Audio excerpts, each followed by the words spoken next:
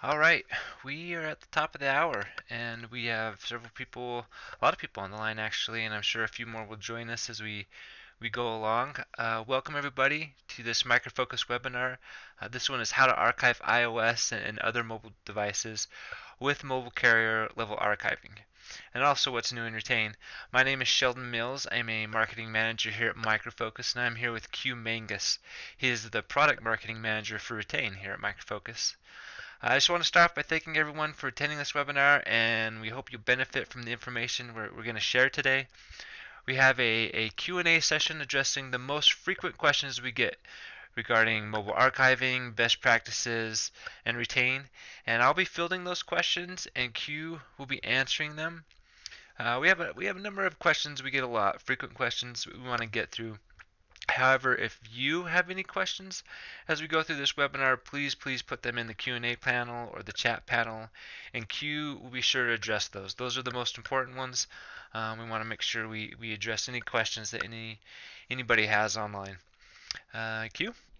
Thanks everyone for being here. We're really excited to bring you this information about how you can archive all your text messages with mobile carrier archiving. We're also going to touch on, as Sheldon said, some new things in Retain. Yeah, we're excited to bring this topic to you. Hope you can benefit from it, and yeah, we'll get started shortly here. Great. Just as a reminder, this webinar is being recorded, and all of you will receive a link to that video, a YouTube video afterwards if you want to review anything or pass it along. I think that's all the housekeeping items. Thanks, Q. Let's just go ahead and get started. How about? All right. So, first question. Why do I need to archive mobile communication? What are the reasons to do so? So yeah, that's a good background to kind of begin our topic here. Is why should you be archiving mobile communication? And so a lot of you are probably aware of this, and you're probably using mobile devices in your organization. I would imagine that most of your employees have some sort of smartphone, and it's probably very likely that they have an iOS device. That's a pretty popular one. But just some things to really take note of is that mobile usage has grown a ton. Here's just some stats here, right? And we just know that there's a very good chance that your employees are using mobile devices, and they're probably using them for work. They're probably using them to communicate with with their fellow employees, with customers, etc. So just know that, as we're probably all aware, that mobile devices are being used, and they're probably being used in your organization. Just some other interesting stats is the number of texts that are being sent worldwide. Think about that. The latest information shows, and I think it's leveled off a little bit since this, but think about that. About 7.8 trillion texts were sent worldwide a few years ago. That's about 250,000 texts per second. So text messaging is here, and it's here to stay, and it's a fast and effective way to communicate. And we know that our employees are doing that, and so you're going to have that oversight. And of course, this is a great graph that we recently got about really that smartphone penetration. It's really those smartphones are out there, and whether that's an Android or an iOS device, there are smartphones everywhere. And so really the idea is that you need to be able to be ready for what the kind of risks that those smartphones can pose to your organizations. You know that that those smartphones can have sensitive work info on the device. A lot of your employees may not be aware of policies that you may have in place, and a lot of companies don't even have policies in place. And there's a big risk of data leakage. So you need to have oversight on mobile devices to make sure that data isn't leaking out of your organization, that your employees are communicating what is appropriate, and that they're fulfilling policy. So that's really the reason why, because there's so many devices out there. Um, your employees have access to your company information on those devices, so you need to have oversight. And so that's really that idea of managing your data and having oversight on mobile communication data is why it's essential to archive mobile devices. Great. What are the regulations that could affect kind of the what and how my organization archives? So that's a good thing. I didn't touch on that because I knew that question was coming about regulations. This is really important for those of you who are in regulated industries, so especially finance, because um, FINRA, SEC, the MIFID, the FSA, those kind of regulations, specifically for financial and the Dodd-Frank as well, just really state that you need oversight on mobile communication, because if your employees are communicating information, financial information, trading information, tips, that kind of stuff on mobile, you need to be able to know what they're doing, or else you could face some hefty fines. And this applies everywhere. There's regulations specific to North America and the United States, but there's other regulations for other um, countries as well.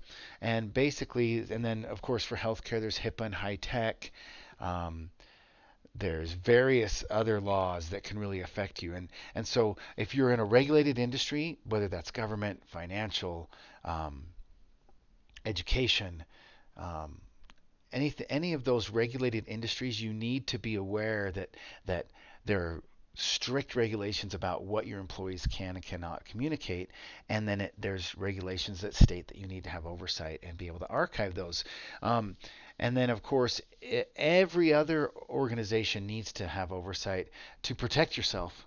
In case there's some sort of a scandal, in case there's some sort of accusation, and of course, if there's litigation. And so those are kind of the things to remember and think about, is that there are specific regulations to you, um, and that state that you need to have oversight on mobile communication data, and you need to be prepared for litigation.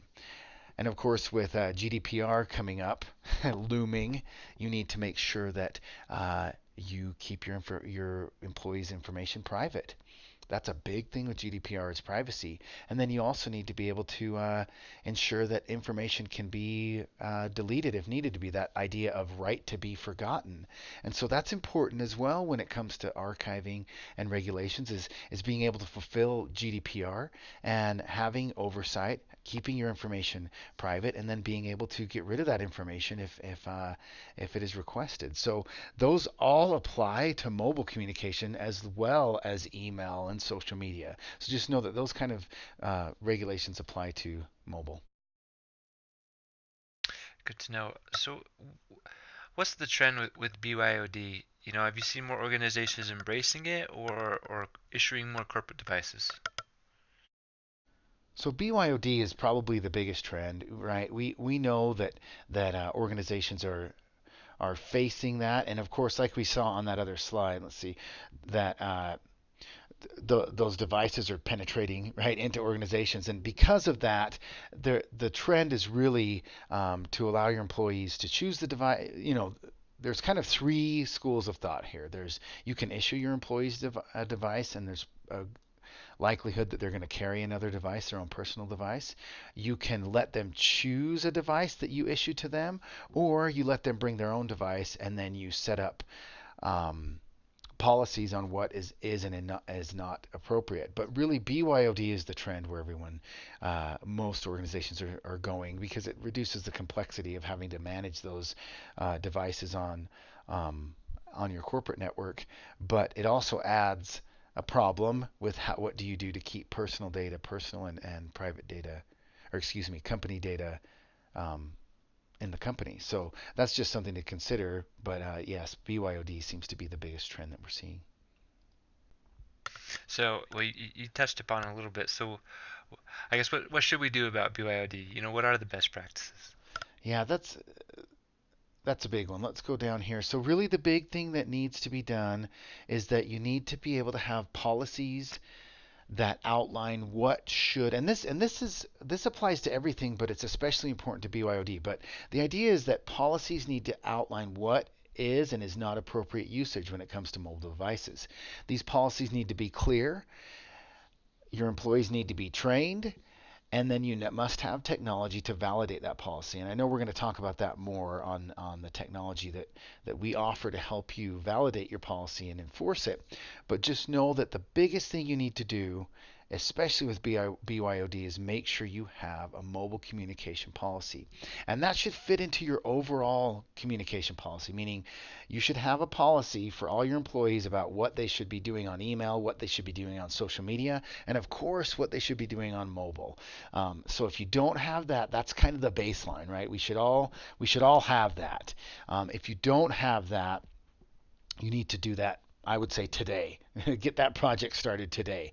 And I mean, the idea behind it is that if you have a policy and you have technology to back that policy, it actually protects you. It protects your employees, it protects your organization, and it helps employees act appropriately. So that's the other side of it. That's kind of why you have that, is you have a policy. It helps your employees know what they should and should not be doing. And then you have a technology in place, like a mobile archiving solution, that helps enforce that policy. So that's really the best practice when it comes to all mobile devices and BYOD, is to have a policy, have an ability to enforce that policy. So one last question before we jump into retain and how I guess we can help with the mobile end of things.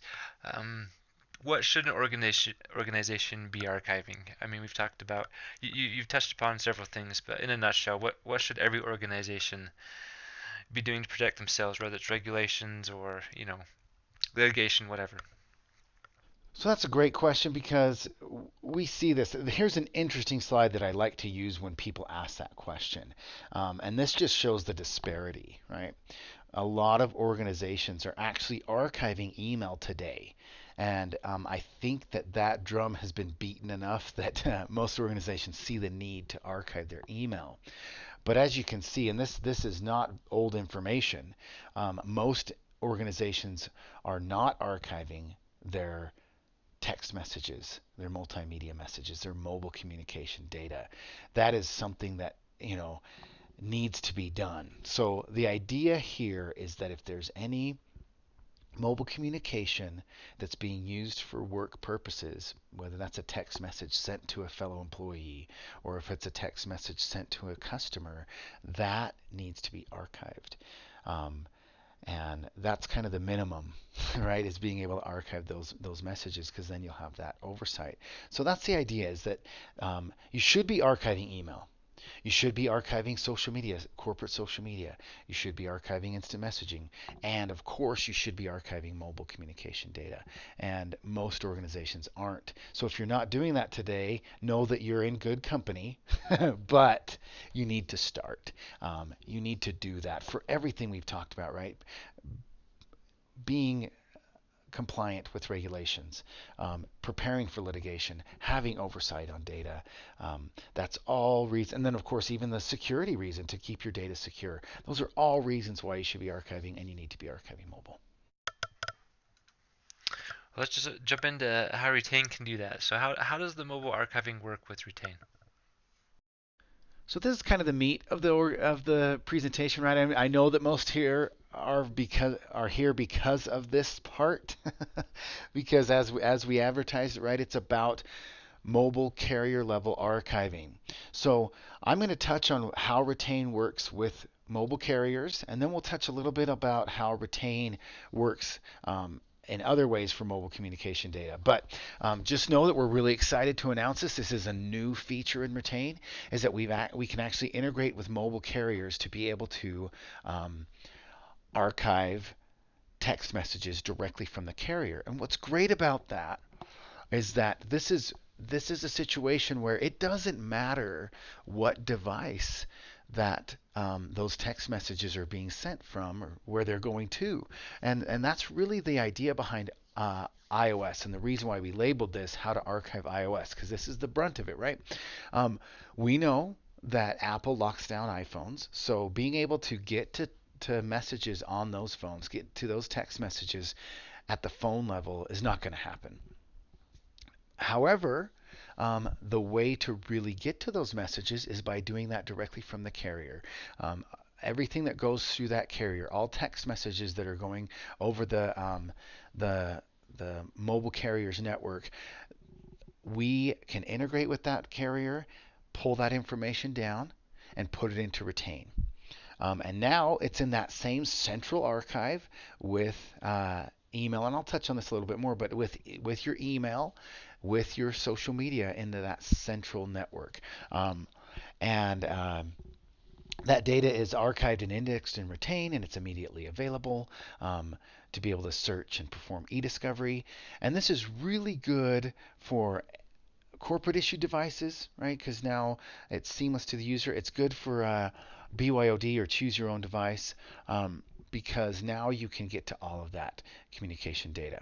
I'll touch a little bit more on some other ideas that you could have for a BYOD situation in just a minute, but just know that this mobile carrier level archiving, it's seamless to your users.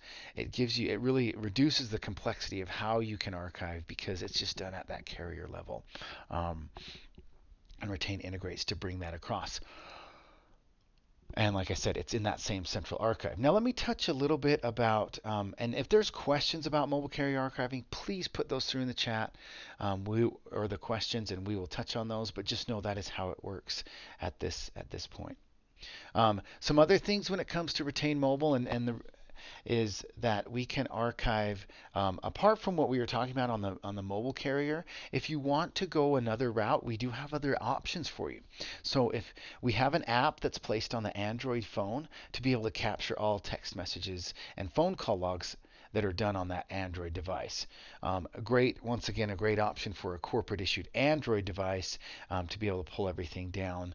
And then for BlackBerry, once again, if it's a corporate issued BlackBerry device, we tie directly to the BES server, the BlackBerry Enterprise Service, and pull down all the BBM, the PIN messages, and phone call logs, of course, and text messages from BlackBerry.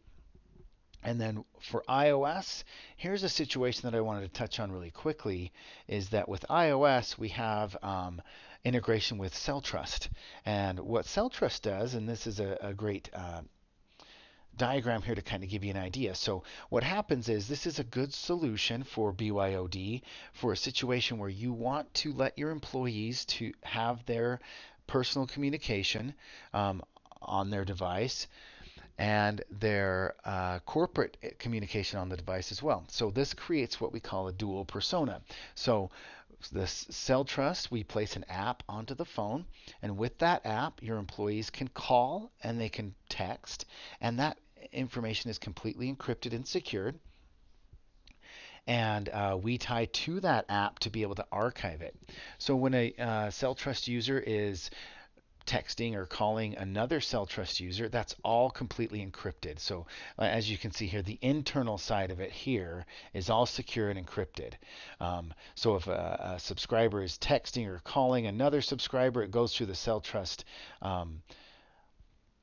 secure line and then Retain ties to that and archives it into the Retain archive. And then, of course, it can be accessed.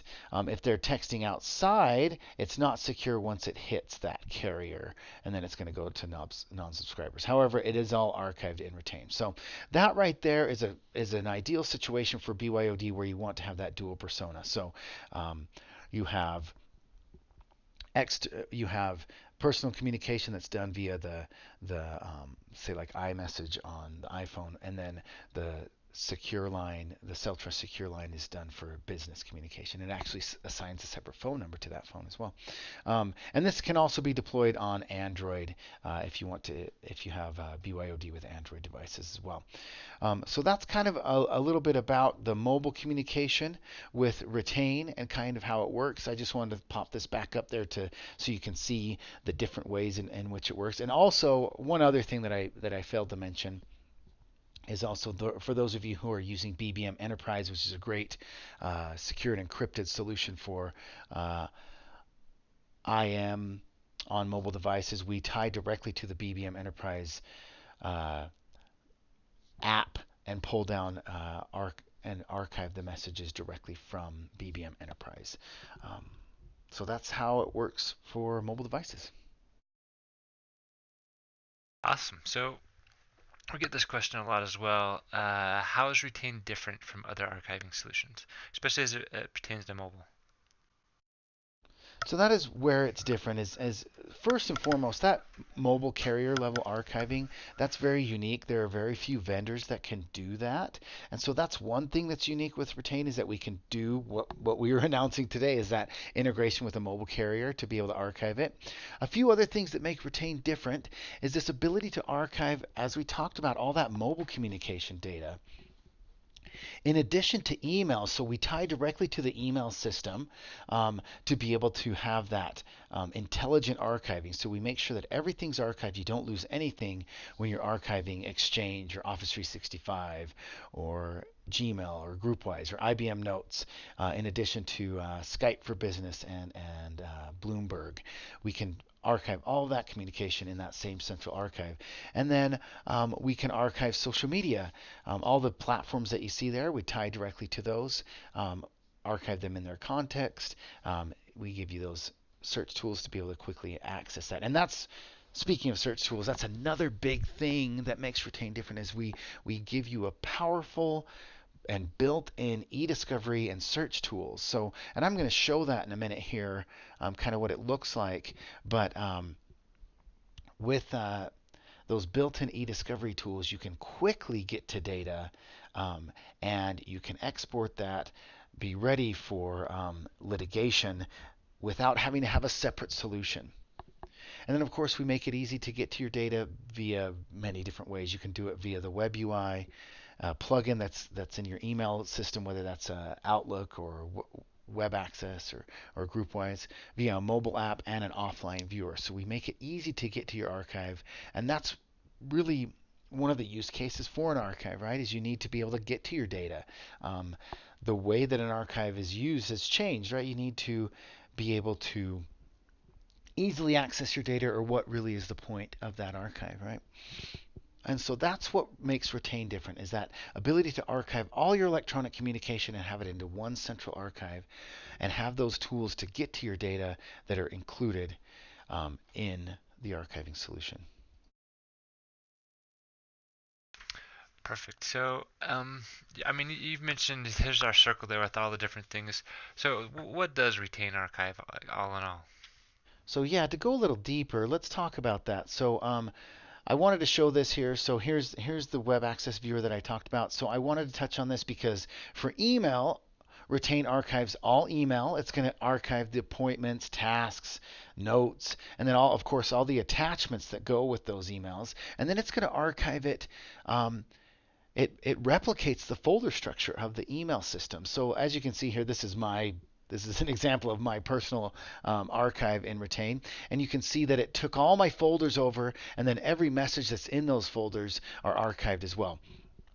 So now you have when a user goes into their personal archive, they're going to be able to easily and quickly see everything, and then they're going to be able to see their folders and everything that's in those folders. So that's one thing, is that it archives, when it comes to email, it archives all the email appointments, attachments, tasks, uh, calendar items, attachments that go along with that, and it replicates the folder structure. Then when it comes to, and then here's an example of the email plugin where you can easily, where your users can easily access that directly from email. Here's an example I wanted to show of that search and how easy it is to search. But I wanted to bring this up, and we'll talk more to this in a minute, just to kind of show some other things that are archived. So for social media, we archive all posts, we archive pictures, videos, different file formats like GIF, um, PNGs, JPEGs, etc. Anything that's posted on that social media, we're going to pull that into Retain.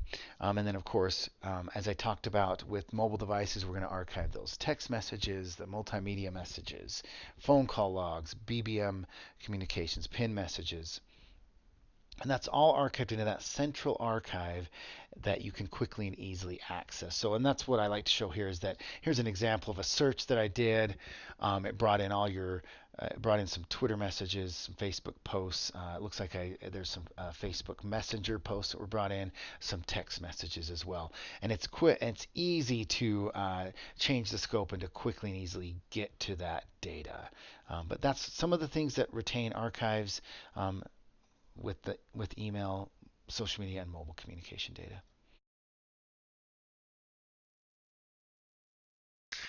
Let's see, for those who are familiar with or are using it, what's new to retain? So with this latest release of Retain, we touched a little bit about, oh, here's the app. I forgot to show you that one. Let me go down here. So we touched a little bit about what's new in Retain with the mobile carrier archiving. So that's the big thing is that with this latest release, which is Retain 4.3, is our latest release. So everyone who is current on their maintenance has access to that, and you can just go ahead and download that. It's available today. But the big thing is that mobile carrier level archiving, being able to tie directly to the mobile carrier and pull down those text messages. And then we have updated the Outlook plugin. And I'm going to show that in just a minute. But being able to access the Retain web UI directly from Outlook. Previous with the Outlook plugin, most of it was that being able to cache it, which we can still do, and then having a less powerful or a light version of our search directly from the Outlook plugin. Well, now we've made it so, let me just show that here. We've made it so that you can do the same search that I showed earlier from the web UI. You can do that directly um, from the Outlook plugin in Outlook. So it makes it that much easier. Your users don't necessarily have to ever go to the web UI. They can do that directly from Outlook and be able to do that search. So that's an update that we've made. And then of course for those who've been using it, there's just some enhanced Active Directory integration. That's a good improvement there in Retain. So those are some of the things that are new. And like I stated, those who are current on Retain can get access to that latest release. So just wanted to make that plug there for all those who are our current Retain customers that may be on the call. Perfect. Um, so if I'm interested, well, what are my next steps? So that's a great thing. Let me go here. So I would say that the next things to do would be to either get a trial download if you're going to be using Retain on premise, or if you're going to be using it on the cloud, maybe get a personalized demo or a quote for Retain that you could see what it's going to cost for you to use that. Um, would love to win your business, would love it if you could reach out to us. We could walk you through how it could work directly in your organization and how it can benefit you. Um, and of course, feel free to go out and learn more about us by visiting retainarchiving.com. But yes, those would be your next steps: is to learn more about us, get a price quote, get a trial download if applicable, or get a personalized demo. Perfect. Do you have any examples of how other organizations are using Retain? Yes, there's a great use case, and what's interesting is that this organization, the University of Detroit Mercy, has been using Retain Mobile for many years. And as most of us who follow college sports may know, and if you don't, I'll explain it here, is the way in which a recruiter contacts a student athlete or a coach, it's really regulated. The NCAA has had problems with it in the past, so they can only contact them during certain times and in certain ways, and there's a lot of laws and a lot of rules that go into play, and violating these laws these rules can have dire consequences for a school because they could potentially get fined, they could lose out on recruiting that student athlete. There's a lot of things that can come into play. And in this particular organization, with the University of Detroit Mercy, they were just going to make it so that, like I said, this is a few years ago, but they were going to make it so that their coaches and recruiters just couldn't text student athletes. I mean, imagine that. That's heavy-handed, and how do you do that? Look at the disadvantage you would have, because there would probably be other schools that are allowing for text messaging, and we know with younger kids these days. Sound like an old man if I say it that way, but with the younger generation, texting is their preferred method of communication. So that could be a big disadvantage for recruiting student athletes. So what this particular university did is they used Retain Mobile, and it allowed them to be able to have oversight and know that, look, here's our policy, here's the regulations, here's the rules. we're fulfilling those and we're complying with those rules, and here's the proof of it. And that's what retain did for them, is to be able to show that they were compliant with text messages and phone calls, that they were complying with the rules. And if they were ever involved in an NCAA investigation, they could show that they were acting appropriately. So this is a great use case for anyone out there, to see that you can have oversight, that you don't have to be as heavy-handed as saying you can't use your mobile devices. um, you can kind of have it both ways, right? You can be able to allow your employees to access your work communication, access email, text, but you can have that oversight as well.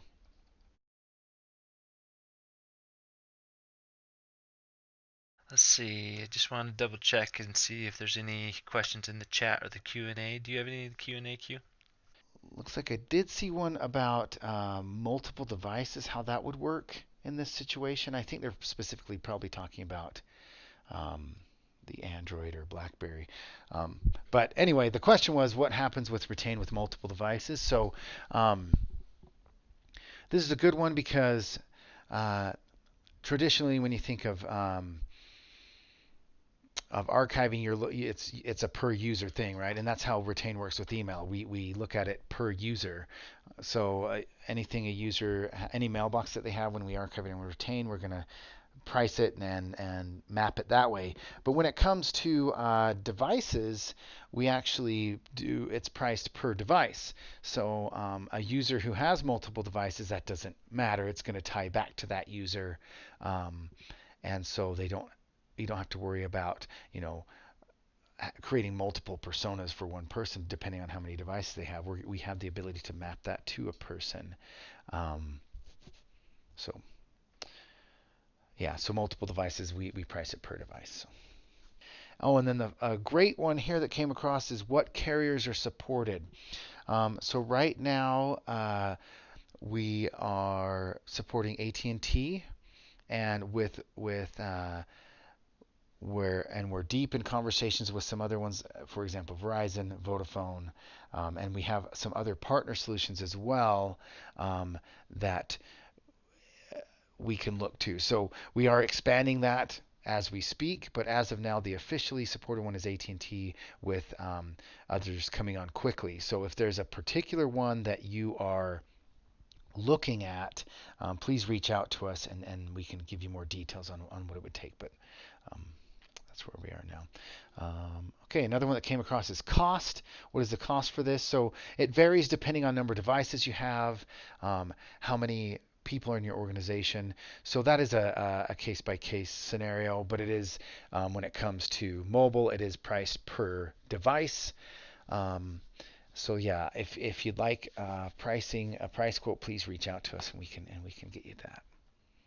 Great questions. Thanks, everyone. Let's see if there's any more.